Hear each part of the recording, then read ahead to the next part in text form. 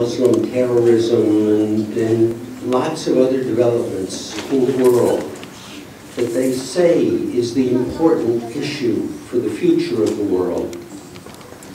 I think that there is that one issue, and you were the warriors, you were the leaders in that battle, that will decide whether the 21st century is a century of peace and friendly competition, or a century of war and hostility. And that will be whether China becomes free, freedom of religion, freedom of culture, freedom of politics, or remains a democracy. So this panel, and you here, and John Lee, and Bob Fu, and Jared Yanko, are the people who will define your success, your failure, your passion, your effort, will define this century. When historians in the 22nd century look back at this century, I think the central question will be that. Will there be freedom? Has there been freedom in China? This is the great, I'm a grandfather, and there's nothing more important to me than my grandchildren, who are the handsomest, prettiest, most wonderful children, I think, in the whole universe. But I think there is nothing more important to me than the life that they lead in the 21st century. So I am honored and privileged to be here amongst the people who will determine what life they lead and what kind of planet the Earth will be during the 21st century. There's a phrase in the Bible, and it says, "And the children shall lead them." And that is really the subject of this panel. That is the basis of this panel. Because in the fight for democracy in China, in the fight to awaken the American people and the United States Congress and the President, that it would be a mistake, wrong, to appease China. That there is a need to understand that the free countries of the world have power to shape policy in China. Nothing will be more powerful than the voice of children whose fathers are being tortured and being persecuted in jail. And so here, these three lovely, brave young women who are speaking out for their fathers in jail are the voices that can awaken the American people and the voices that can tell the Chinese Politburo that it makes more sense to let them go free than to keep them in jail. And when they are freed, as Ronald Reagan understood in dealing with the Soviet Union, suddenly China will not seem to be 10 feet tall, but will be a country whose future as a dictatorship is in doubt. So again, what I will do, and it's my privilege to do, is invite and ask these three young women, Bridget Chen, Ray Zhang, and Anna Wang, to speak about their fathers in connection with the effort that Yang John Lee and Bob Fu are organizing right now to have the children of persecuted victims, of human rights victims in China, speak to the country and speak to the world. So, Bridget, if you can first start to tell your story and the story of your father. Good morning, everyone. Thank you for coming to this conference. I'm really thankful to have this opportunity to talk about my dad and the only memories that I have with him. So while I'm here across the ocean, far away from my homeland, living a life simple but also adventurous, breathing air of freedom and coloring my dream with all kinds of opportunities, my dad is still in a small, closed prison cell, reading a book that he might have read it 3 times already, or counting down the days till my mom's next visit. For my mom is the only medium for him to get to know more about the rapidly changing world and his only daughter who has been rapidly growing up. I miss and love my dad so very, very much. I used to hate him. I used to believe that he was the one that had destroyed my life. Throughout my early childhood, my family was quite different. Although my parents were not divorced, since their wedding photo was still hanging on the wall, My mom was the only one attending my parent-teacher conferences, and the only one at the birthday party. So my friends asked curiously, "Rachel, where's your dad?" Neither was I sure about it. So I told a lie which my mom had taught me anyways. He's doing some business in other cities, and he cannot come home very often. Everyone believed it, and so did I. When you repeat a lie to yourself so many times, you just keep you are going to believe it yourself, even though you know it's not true. Sometimes I almost forgot about the only 2 times of the year where my mom and I would ride a train for 2 hours to somewhere, and then ride a bus for 4 hours to somewhere else, and eventually arrive at this place I thought was my dad's place, where many security guards stood them solemnly. In the morning, the day after, we would sign up and wait in line for visiting dad. Despite the fact that we could only talk through a glassy window and the telephone, I was always excited to see him, who looked cool in the nice grayish shirt, and hear his voice, and asking if he had read my previous letter. We usually would stay there for no more than an hour, and after we gave him some fruits and books we brought, we would bid farewell and head home. Not until I grew older had I realized that it was actually not my dad's place, but a prison, and the cool shirt was just a prisoner's uniform. When I was 11, Dad came home after being in prison for 10 years. Yet I did not treat him with welcoming love, as a daughter, but indifference and rebelliousness, because I was ashamed of having him as my dad. For I thought he must have done something horrible that he was sentenced to 13 years. What I did not know was that the thing that he has done was just pointing out the right and wrong and trying to bring more democracy, justice, and freedom to China. Sadly, I never really got along with him since I was so rebellious. And my dad was so old-fashioned and conservative since he was not used to the new world. Things got better after I went to middle school. I didn't really have time to spend with him, so I thought it was a better time to not spend time with him. Until when I turned 13, there were just 2 police came to my school without telling me why, and just asked me about everything about the private things, really intimate things. They asked me who is the one that's using my computer in my house, and they asked me who was the one that's posting all the articles. So even though I didn't know it was about my dad, I gradually realized it was about my dad. They wanted to make sure that I was not the one posting all those articles in my dad's name. And just after that meeting, I went back to my dorm and I called my mom. I was just trying to make sure that my dad was okay. So I called her. I was like, well, what happened to my dad? Is he okay? And my mom was comforting me, and she was using this kind of comforting voice that she always had, telling me that everything's okay, everything's fine, your dad's fine. And I believed it. I thought it was all good. And that was okay afterwards. And on Friday when I got home, I realized my dad is already taken now. So this time he's been sentenced to 10 years again. And at that time, I wasn't even feeling sad for myself. I was feeling sad for my mom. Because in this marriage, she has never given up on this marriage and my dad. But she has only spent 2 years with my dad.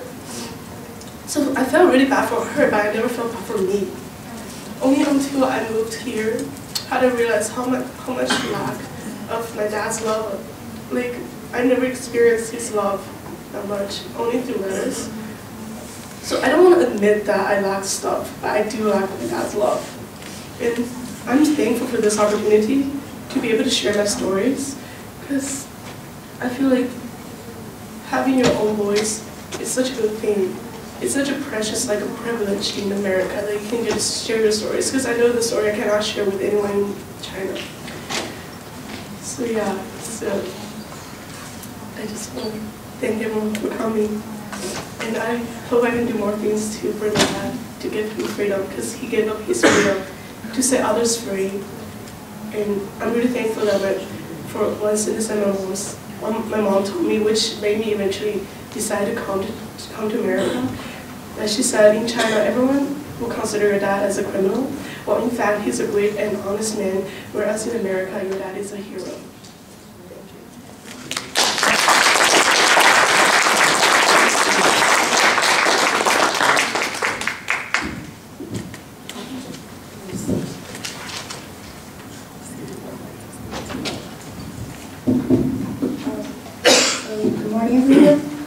First of all, I'd like to thank Dr. Yang for providing this opportunity for us to come together and share our common stories and ideas. And these past 3 days have been a great learning experience, and I really enjoyed seeing other leaders who are so passionate about human rights in China. And I want to thank you for all of your efforts, because I truly believe that if any change were to happen in China, it will only be done collectively. So, my name's Ray. I originally came from mainland China, and my father, Zhang Qianjing, was a student during the Tiananmen Square protest, and after that he was jailed for 2 years because of it. And after coming out, he continued to advocate for other dissidents, and I grew up learning about the issues in China and I guess the dark side of the government. And it was different for me to go to school and not be able to talk to my other friends about it, because I didn't realize how there's this barrier between what the government wants to know versus what history really happened. So I guess I just grew up in that kind of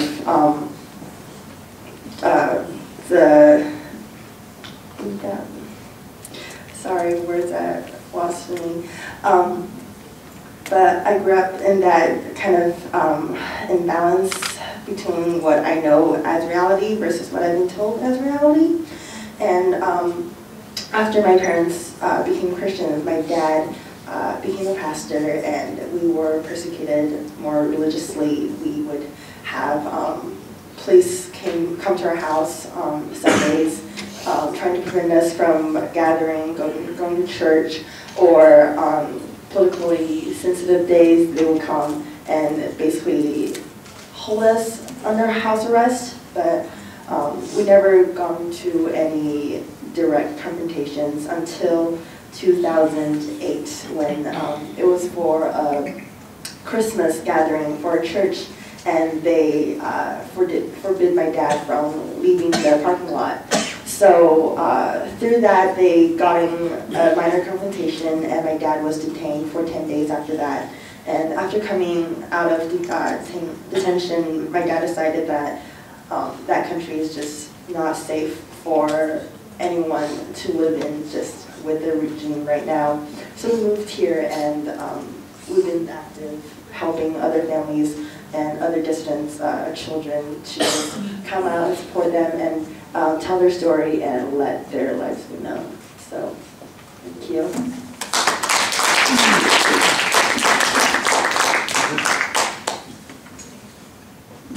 Okay, good morning, everyone. Okay, loud.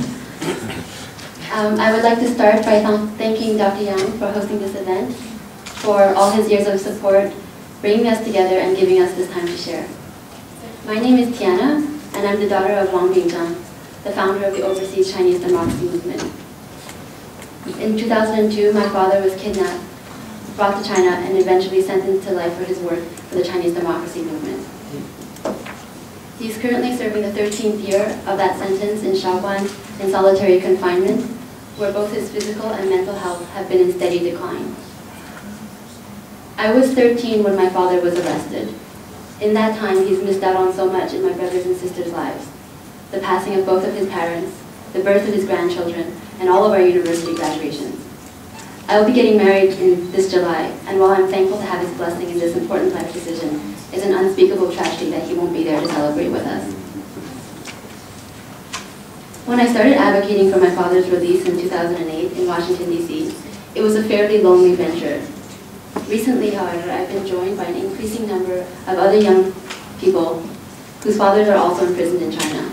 They are political refugees who only recently settled in Canada and the U.S.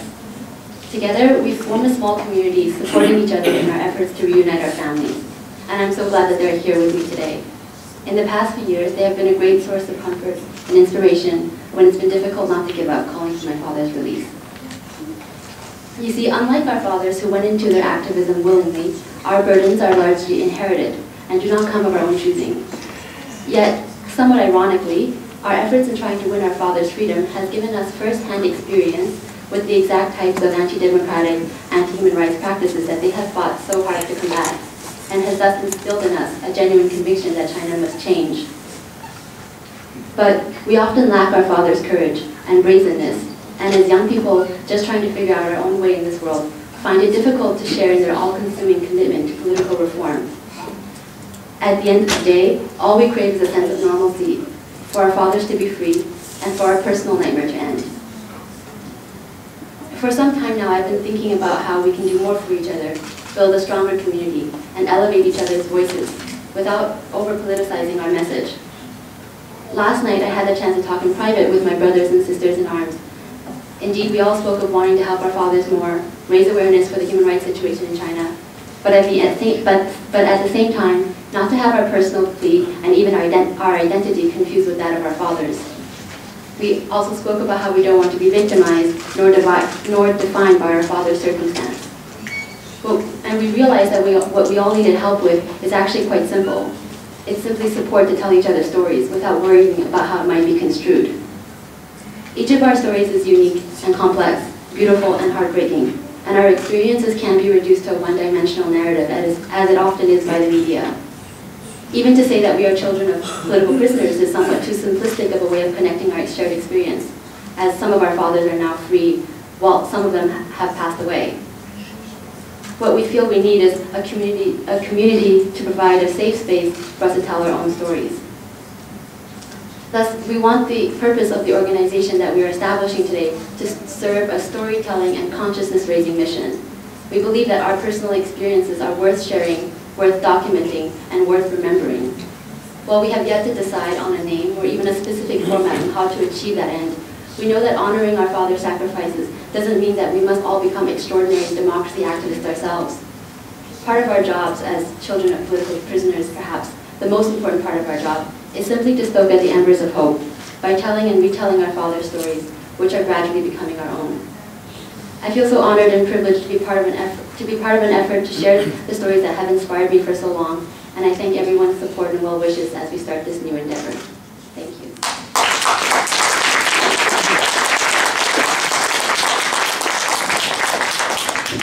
Well, as a father, as many of you are, how proud your fathers are. They know what's happening. So thank you very, very much. And let's again...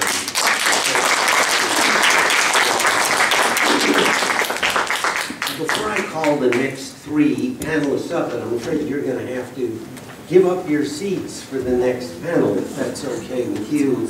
Let me actually call up the panel now.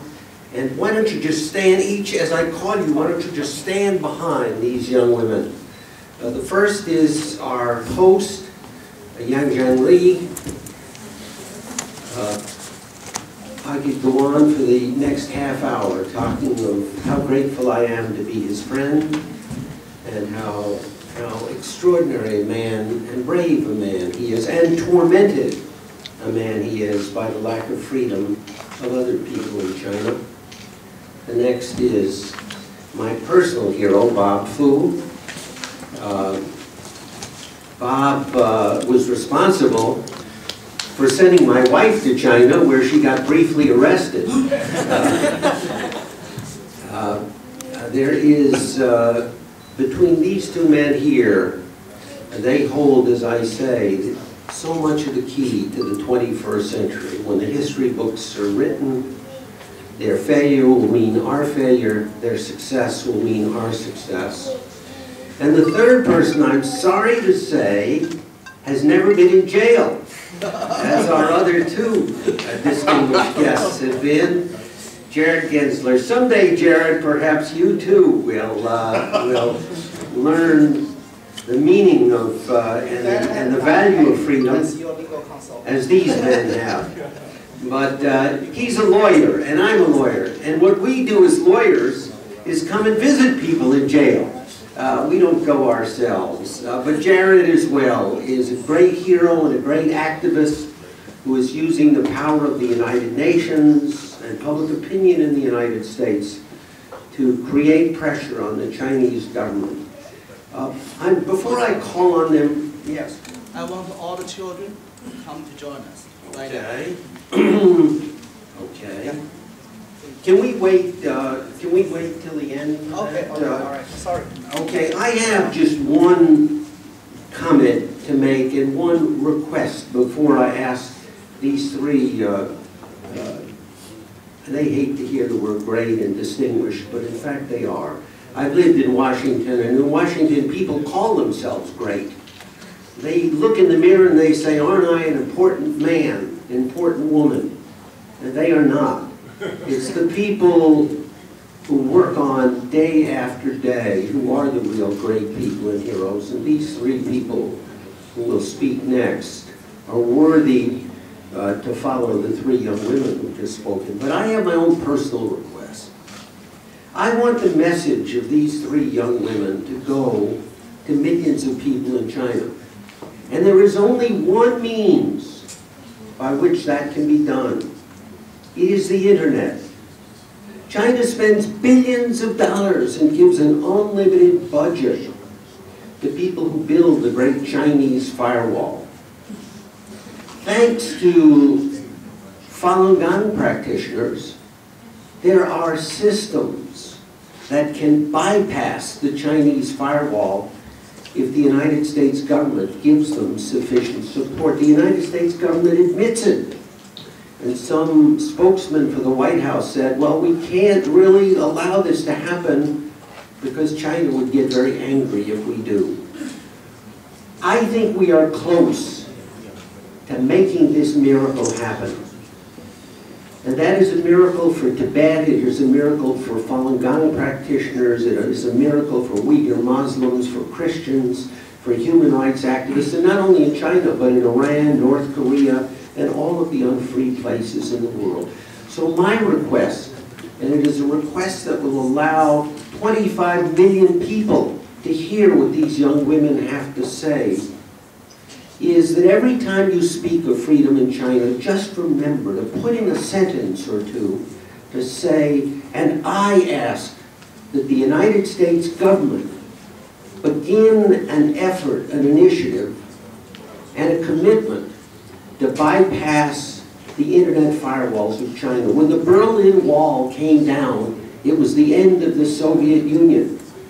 Hu Jintao has said that I cannot retain the stability of the socialist state if I cannot, quote, purify the internet. Purifying the internet means silencing the voices of these three young women. So please, I am working on it. We may be very close to victory, but every time you speak, I plead with you to include in, as part of your demand, as part of your prayer for freedom in China, to get the United States to make the effort that will tear down China's firewalls. And with that, I will introduce now the panel, and if you young ladies can switch your seats or sit down, or if you can't even stand behind the speakers, let me introduce. In fact, I have, so I will immediately turn the floor for one of the three of you. Sit, and John Lee, you were first. Good morning. Are you Steve Fu? Yeah. Steve Fu, right? Okay. Thank you. 一会儿你要跟我们在一起。Okay.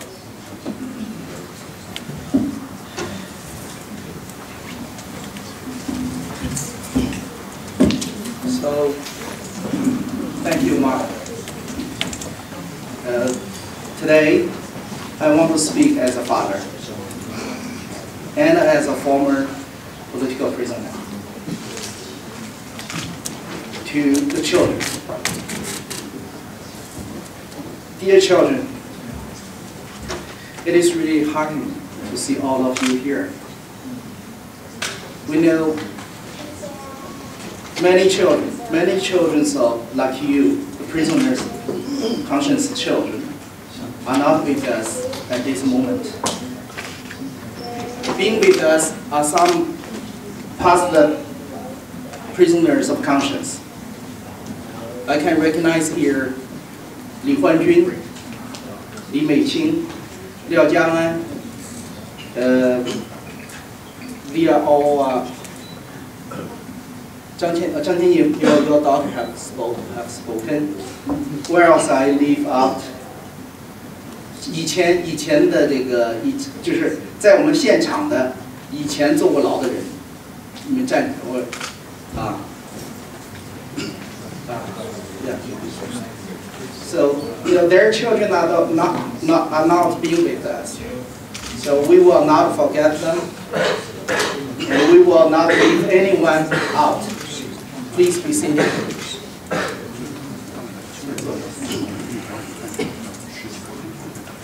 It is a rather emotional moment. When your parents at your age, they had already begun thinking hard questions and taking heroic actions. But unfortunately, their exciting their basic rights as human beings landed them in jail and became prisoners of conscience. The years they spent in Chinese prisons, no matter how long, were most their golden years. Their story are incredibly moving and at the same time tragic. I want to ask you today, if I may, all the children prisoners of conscience, whether or not here, to try to understand your fathers and mothers. Try to understand what they have been through all those years. Their story carry many codes, secret codes about today's China, the world, and even the meaning of life itself. I encourage you to learn how to decode these codes. You will benefit greatly from doing so. Your father and your mother are the most fearless people in China.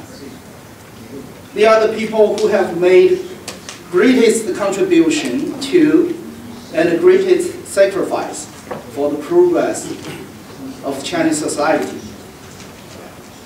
While such contributions and sacrifices has not been fully acknowledged by the world, you, the second generation, must give them credit and your sincere respect for that sacrifice.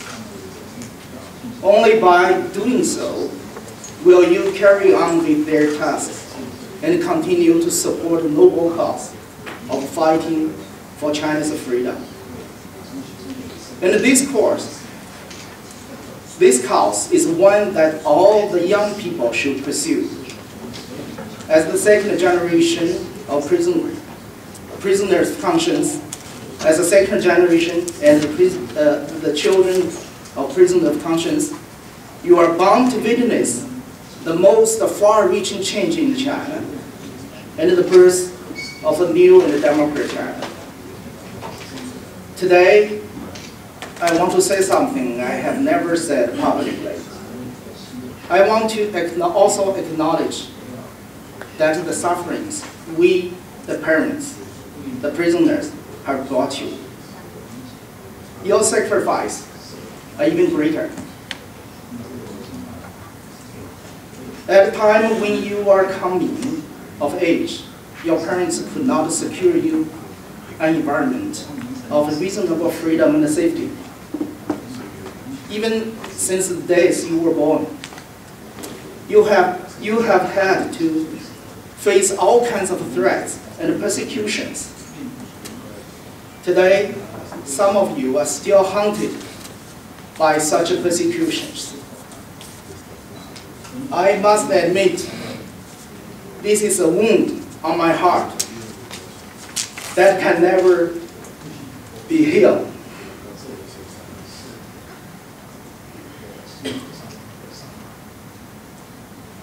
I know there is even deeper wound on your heart, which I have found, in many cases, mine included. We, the prisoners, the parents, can do very little about it.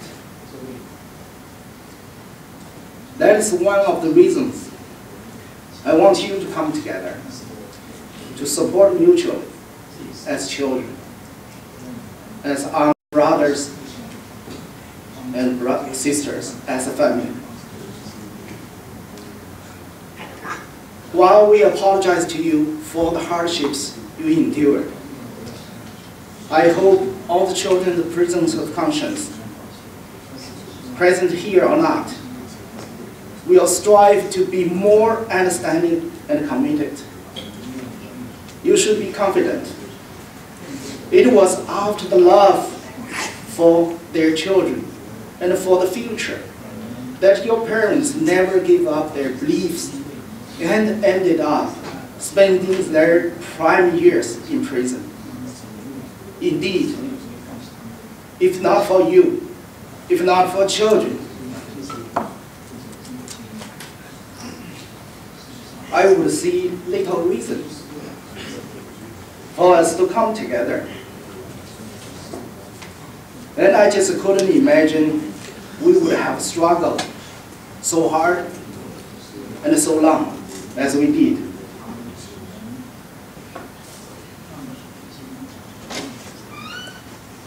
Looking back at the sweep of the history, we see those valuable beliefs are invariably passed down from generation to generation.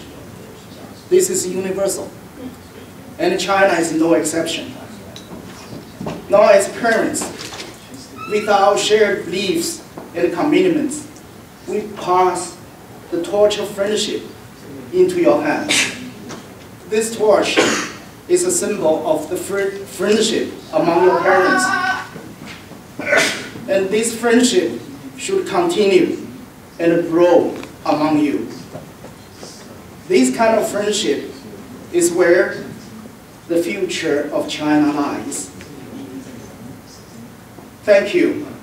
It is you who drive us and make us more confident. Thank you for giving us hope.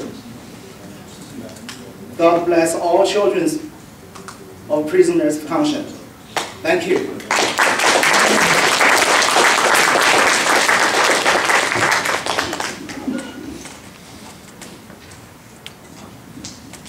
Thank you, Danny. Thank you for your leadership, brother. And I'm also very privileged and thankful and very grateful to have this opportunity to share really this platform to be a part of this effort to help those children to really facilitate their process to be united together for an honorable cause. And it was really in 2011, I remembered when I flew to Bangkok in several hotel rooms. We have to move around with Gao Zhisheng's family. His daughter, at one day, because the U.S. Embassy insists we should not sort of walk out of the hotel too often for security reasons. And finally, I just said, well, at least if Gong He is a kind of a visible kind of a target, how about the children? And so with her agreement, I brought God's daughter Gaga to a McDonald's. And just holding her hands and walking the street of Bangkok, and noticeably she was still like watching around, and every few steps she was walking back. I tried to see if there is anybody chasing her, or and then later on, seeing that the scars on her arms, I finally learned, of course, she could not bear the fact when she was in Beijing, knowing that she was no longer allowed to go to school. And she said she heard every morning she went to the window of her house, and tried to hear some of her familiar friends walking by on the way to school. And but she was not allowed to go to school. She could not hold that anymore. She just took some kind of desperate actions. And seeing all these scars remind me that what could we do, in the free world. And of course, I'm glad they safely finally arrived in a safe haven in the country of freedom.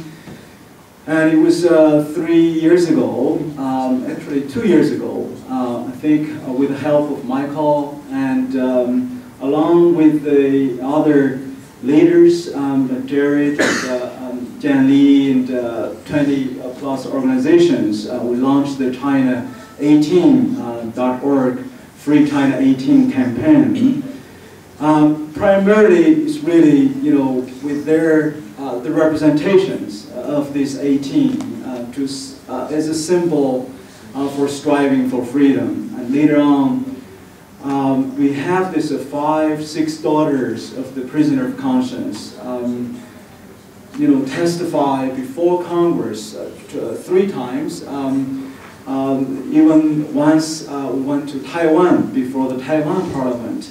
I can tell you that everywhere where they have been, it has been such a historic, striking, moment to see these children, appeal to the international community with their own voices. It's part of a memory, as Dr. Yang just mentioned, maybe a memory of some bittersweet, some have some the hardship and tears. I remember after one congressional hearing, I invited them for a lunch together. It was on the lunch table. I jokingly said, well, in China, if your father or parents are rich, then the children called the 富二代, the second generation of the rich. And if your father and the parents are the high rank of government officials, you call it 官二代. It's called the second generation of officials. And how about we have a 裕二代? It was, if your parents are, father in prison, you are called the prisoner, second generation of prisoner. I don't know how to have a best English term for that, but it was also such a kind of a little tragic term in the sense that why do we have a 裕二代? And I hope, with them united together to really not only tell their stories, not only to make appeal for their personal kind of the freedom of their parents, but also beyond that, I think they are building a better second generation and maybe third generation. I hope one day we don't need that term, 裕二代. We don't need them call themselves as the prisoner, the children of the prisoner of conscience.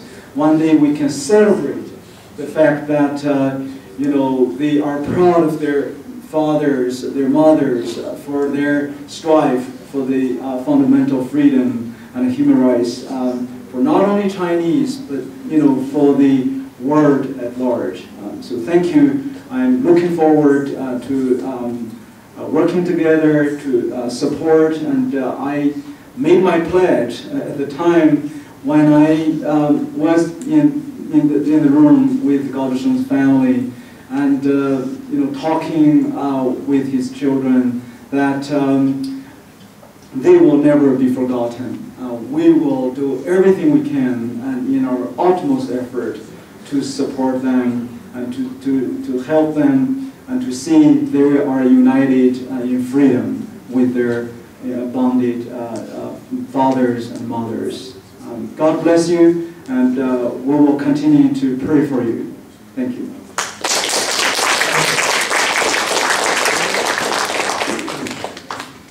It's an honor to be with all of you here today.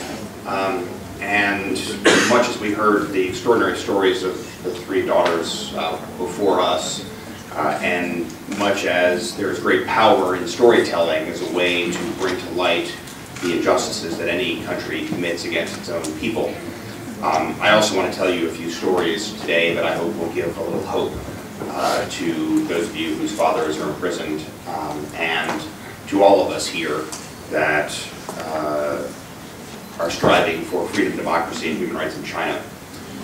I first met Yang Zhenli, I was just counting this in my head, 18 years ago, in a church basement in Cambridge, Massachusetts. I was a student at the Kennedy School of Government.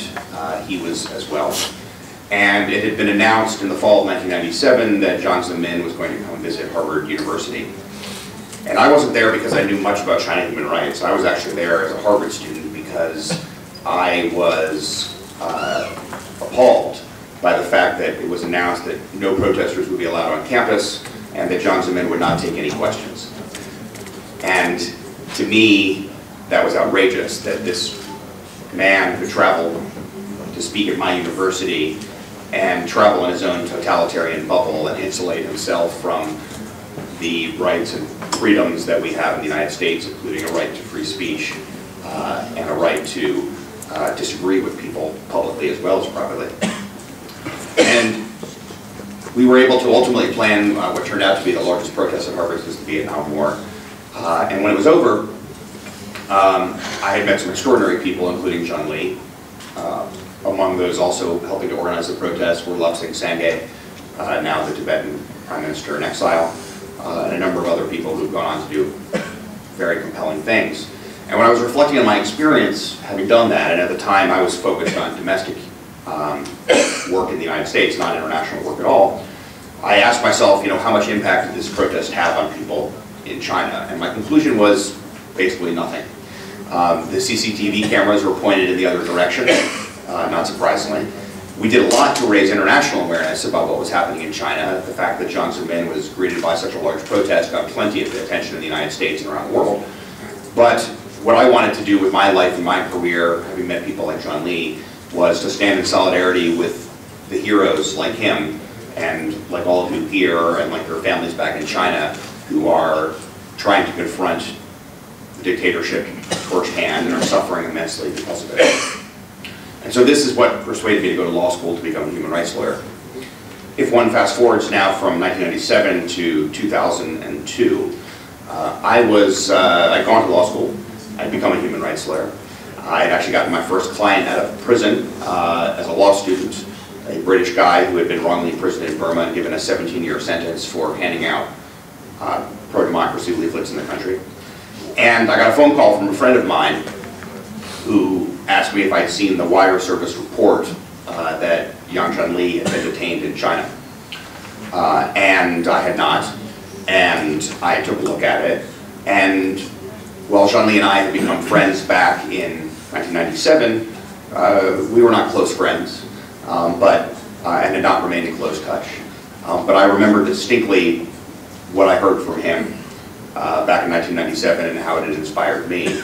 And so I immediately, within a day of that time, reached out to his wife, at the time Christina, and asked if I could help. At that point I started an all-volunteer nonprofit group called Freedom Now that works to free prisoners of conscience around the world. And I then embarked on what would turn out to be a 5-year journey to secure Zhenli's freedom from prison in China. He had been facing a death sentence for being a spy for Taiwan. Ultimately, with our advocacy, legal, political, and public relations, we were able to get him the lowest sentence allowable under the law, 5 years. And while he did serve his 5-year sentence, I do like to point out to people that he was offered early release at about the 1.5-year mark, and in fact was even on the tarmac at the airport. And the Chinese government, of course, insisted that he sign a confession, which he refused to do, and so he went back to prison. I tell that set of stories to talk about how compelling the story of the suffering of the Chinese people is when people like me, who had no background in Chinese human rights, hear firsthand from all of you or from Yang Zhenli what you've been through and what you've seen and what you observed. And in the 21st century, what is happening in China is just completely outrageous. I also tell you the story about Yang Zhenli's freedom to give some hope, because as difficult as China is, and I'll talk a little bit more about that in a moment, China is not all powerful. China is incredibly vulnerable, and we can prevail case by case, person by person, injustice by injustice to achieve not only freedom for all of those political prisoners who are wrongly detained in the country, for the daughters, for the sons, for the husbands and wives, but we can also together set China on a path to become a very, very different kind of country in the 21st century. And it's through citizen power, like Zhenli, like Bob, like Michael, like everyone has been talking about, that we can achieve this.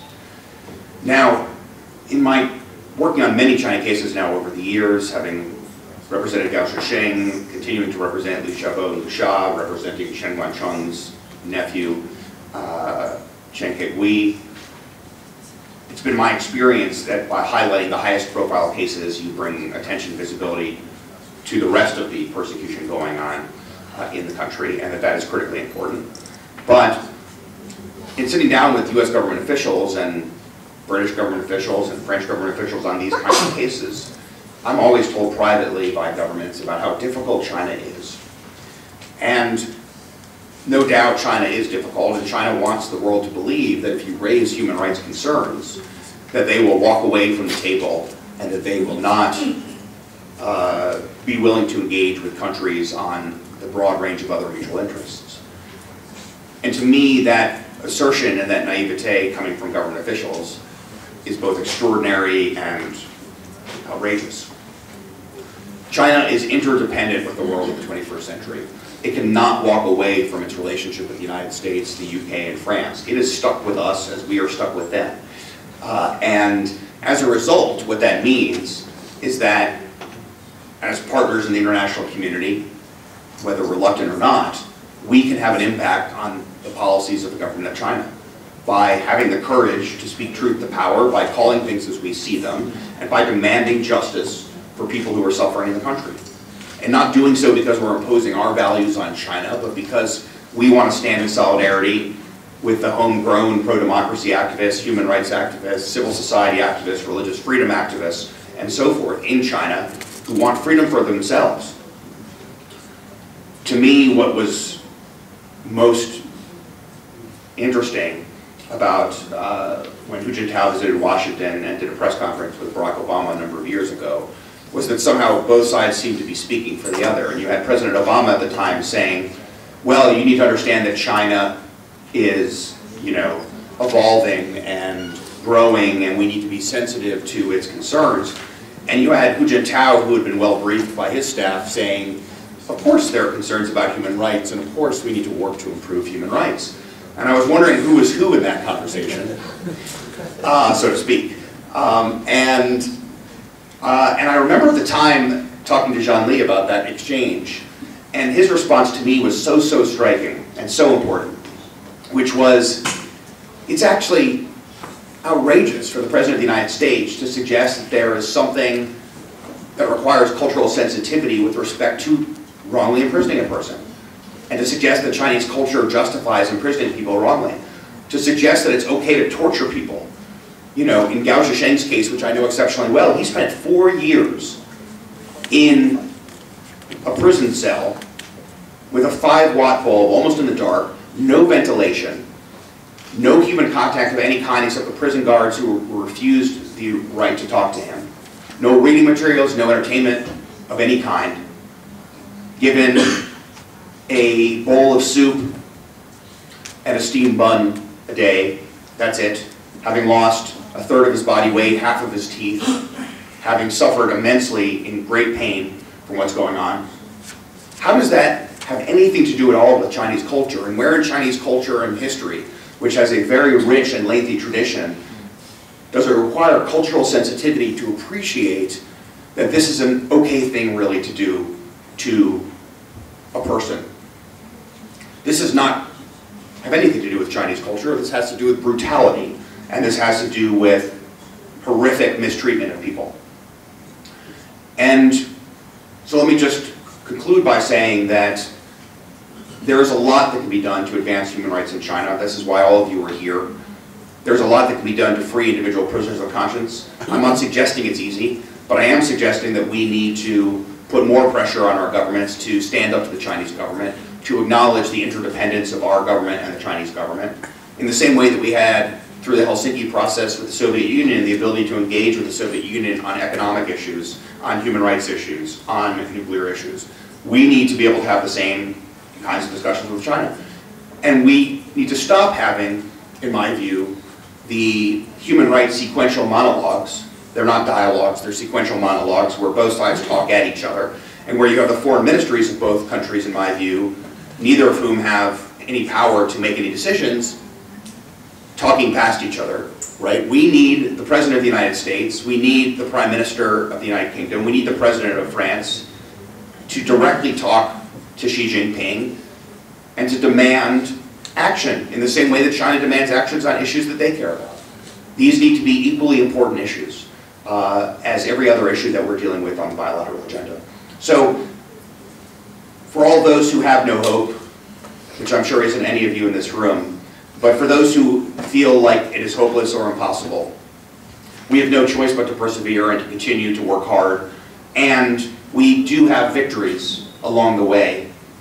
Zhengli would not be here today. Zhengli would not have organized this conference. All of you wouldn't be in this room, but for the fact that collectively, his wife, myself, and many others were able to work intensely to get him out of prison and to mobilize the global support necessary to make that happen. And so Zhengli is not just a former political prisoner. He is an illustration of what happens if you allow the Chinese government to repress its own population so severely. All of the fathers of these daughters are heroes. All of you are heroes for fighting this cause.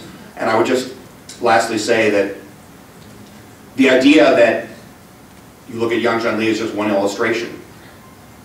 The idea that this kind of a mind, this kind of an intellect, this kind of an activist, this kind of a passionate person could be wrongly imprisoned in China and hidden from public view for the rest of his life. And you think about what a loss that would be for China and the world. And then you think about the thousands of people imprisoned in China, repressed in China, and put down in China. We need to unleash the creative spirit of the Chinese people.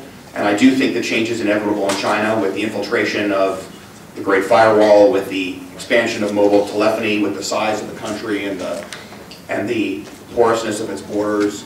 We will prevail, and we just need to keep on pushing forward. Thank you. We're about to wrap up. If I can, just as a moderator, try and summarize some of what I've heard. The first point is that the power of dictatorships to repress freedom is a power to tell the heroes nobody cares about you, and that in punishing you, we're punishing your wife, and most of all, your children. And if the bravery of the children we've heard today is a way of telling dictatorships that they cannot win, is a way of encouraging people now in China who are thinking about being heroes to understand that their families share their passion and get their bravery from them and are not defeated no matter what the government does to them. Once that word goes out, freedom becomes explosive within a country. Second is that I worked for Ronald Reagan, and to take Jared's point, it is so central a point. I learned this when I was bargaining for labor unions as a lawyer and involved in bargaining. Some bargainers, and sadly those are the bargainers that represent the United States now, when they're sitting across the table from someone, only think about how powerful the other side is. That's not how you bargain. The important thing is to put yourself in the mind of the person across the table and understand how he sees you. That's what Ronald Reagan understood, That's what any serious negotiator understands. And we can help encourage and press leaders of the free world to understand that when they sit across from China, they must understand how the Chinese see them. And when they do, they will begin to do the things and call for the things and demand the things that Jared has said that they must demand. And the reason for that is that over history, democracies always seemed weak and dictatorships always seemed strong.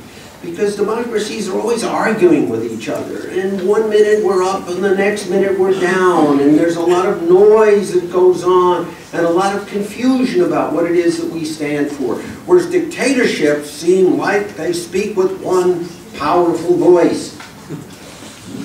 That's the way some people saw Hitler. One voice. And democracies were wondering, should we go to war? Should we not? Should we stand against them? Should we not? And Hitler got the message that the democracies were weak. But that's not the story of history. There is a resiliency and a strength in democracies. And dictatorships are like those oak trees. When the winds come, the oak trees just are the strong trees are the ones that get blown down by the wind first of all. And that is a lesson of history. And a final lesson of history is this. And this really talks about these extraordinary young women and my extraordinary friends here on the panel. People think that history and progress gets made by gradual forms, one step and then the next step and the next step until we reach success. That is not how history is made. History is made by people who fight when nobody seems to be listening. And they keep going, and people say, why are you talking? Your father's in jail, and just give up hope and surrender. And other people say, why just spend your time, Jean-Lee, making some money, and spend your time, Bob Fu, with your family. And they keep the flame flickering when everybody says, you're wasting your time, but they keep on going. And then, and this is often, really almost always true of great historical moments. Overnight, it seems like, everything that was impossible becomes certain and inevitable. That's how the Berlin Wall fell. I was in the White House when people said the Soviet Union will last forever. Hitler said the Third Reich will last for 1,000 years. And it seemed that way as these quiet, brave voices just kept hope going and kept opportunities going. And all of a sudden, the world came their way. So please don't be discouraged, you heroes in this room, you children of human rights victims. Because as you keep the flame flickering, I know that you will see the day, if you do, that overnight people will say, gee, what a surprise. The Chinese regime has fallen. Well, it has fallen because you kept that flame flickering even when there seemed to be nobody listening to you and others told you that there was no hope. That is the lesson of history. And so as we close this panel, can I ask all of the young women and children of people whose parents are in jail to come up here, as Jean-Lee had asked. Girls, can you please come on up? And I see there are a few others here. And a former political prisoner. Yes, and other political prisoners. If you will come up here and just stand behind us so that we and everybody else can thank you, applaud for you, and close this wonderful session.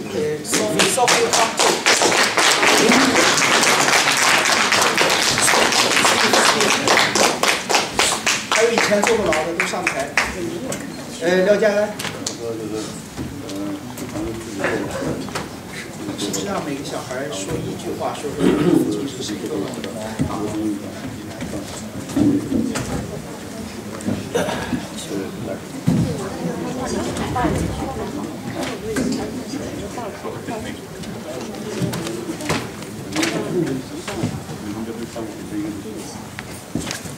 孩子在前排，孩子在前排，孩子在前排。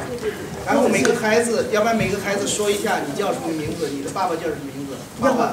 这边哦，因为太 English 都一个人太难看，我们站前面好不好？这样，这桌子太难看，我们孩子站前面好不好？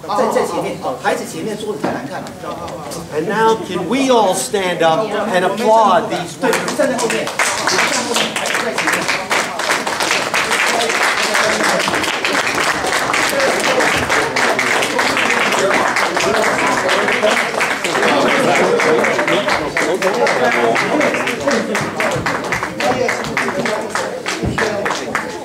他们可以吗？这个太小了吧？每一个孩子说一下你的名字，爸爸的名字，然后那个他的案子。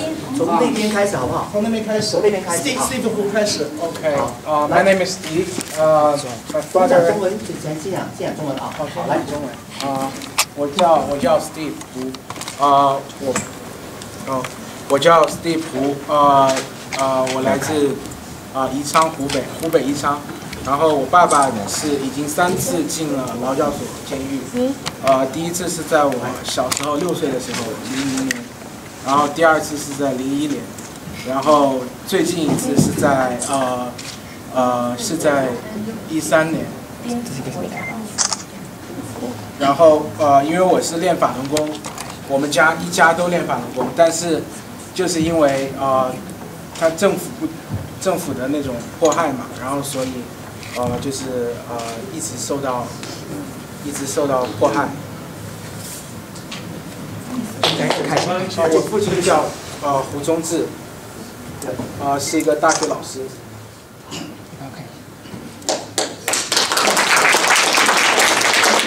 大家好，我叫陈景宇，我父亲是陈启堂，在国内是一个名誉人士，也是一个维权的律师。他曾经有3次被关进牢里，在我记忆中只有3次。第一次是我在上初中的时候，他被告进去的理由是他诈骗，但是他并没有。第二次他只被关了1个月，那个是就是也是以诈骗的形式。第3次是最近的，他以颠覆国家政权罪的罪名被关进去，现在还没有判刑。但是任何人也不能见我的父亲。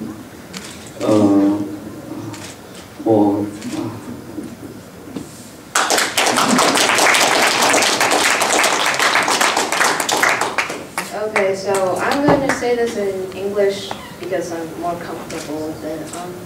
My name is Caroline Jihua Ding, and my father is Jiaxi Ding, which is Ding Jiaxi. He got into jail on April 7, 2013. 8 o'clock p.m. So let her speak.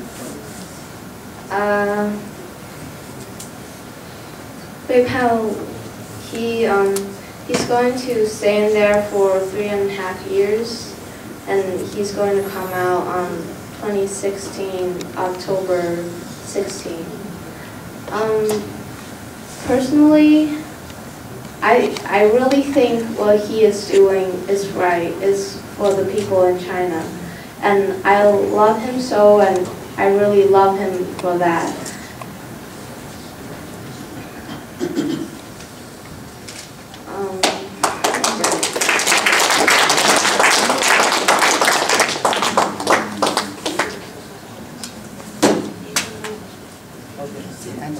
Hi, my name is Bridget. 我的中文名字叫陈乔 and I'm the daughter of Liu Shenbing.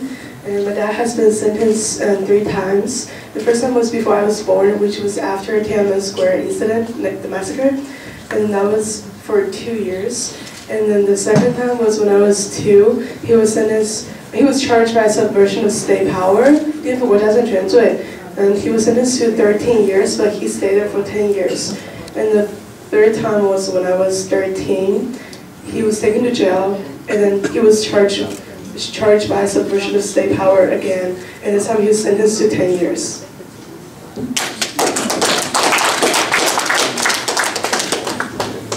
Hi everyone, my name's Zhang Rui, and 我爸爸 is actually here today, thank God, but 是张前进, and back in 1989年学生运动的时候，他也是 subversion to state for 2 years.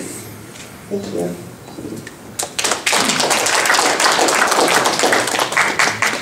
My name is Tiana Wang Tian, and I'm the daughter of Wang Binzhang.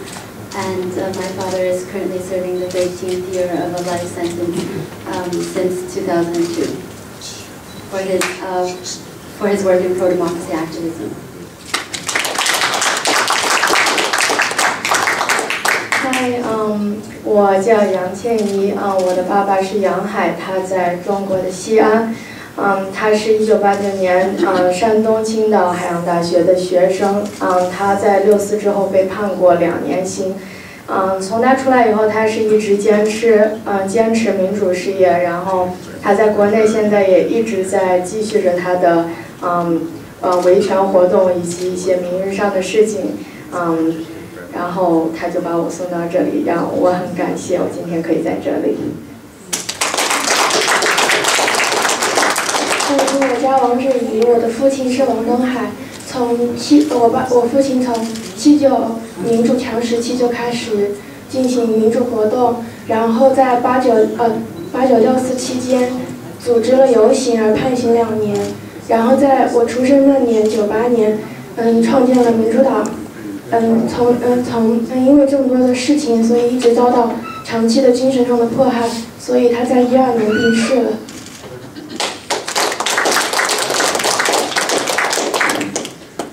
My name is Geshe Tempa. I'm student of Tenzin Delek Rinpoche. Tenzin Delek Rinpoche is East Tibetan area. He's religion leader. He's prison 2002. This year is 13 years ago. Before he's after 2 years death sentence. Then 2005 they changed the left president. Now he's president, but his situation is very hard. Really. Then I'm today's joined to this meeting. Is really happy, but my English is not enough. But I need the message to in Tibetan. I couple words use the Tibetan language. Nade tani Rinpoche ta kasu nami senare ta Rinpoche la ani gebru yinzunza ani nami sachi ngandi gi tsundu de la chari Rinpoche tani netang shuba ina ani tade kawla Rinpoche netang nyonji yo de ata netang pen zada yin de chi netang cha de ni ngadu de tsundu de nyam jung nani ani kyana jung la Rinpoche ani Zupi netang la teni, ni lute tang na se na mebe xue to la lingua bichete, ana de di zong de nyam ju na yue se ani xue yin, din zong za da ru ji netang de ha chen gyu yin ba, na zu chang ma de sem zu xi da yue se xie yin. Then okay, right now is really Rinpoche's situation is very hard, you know. Then last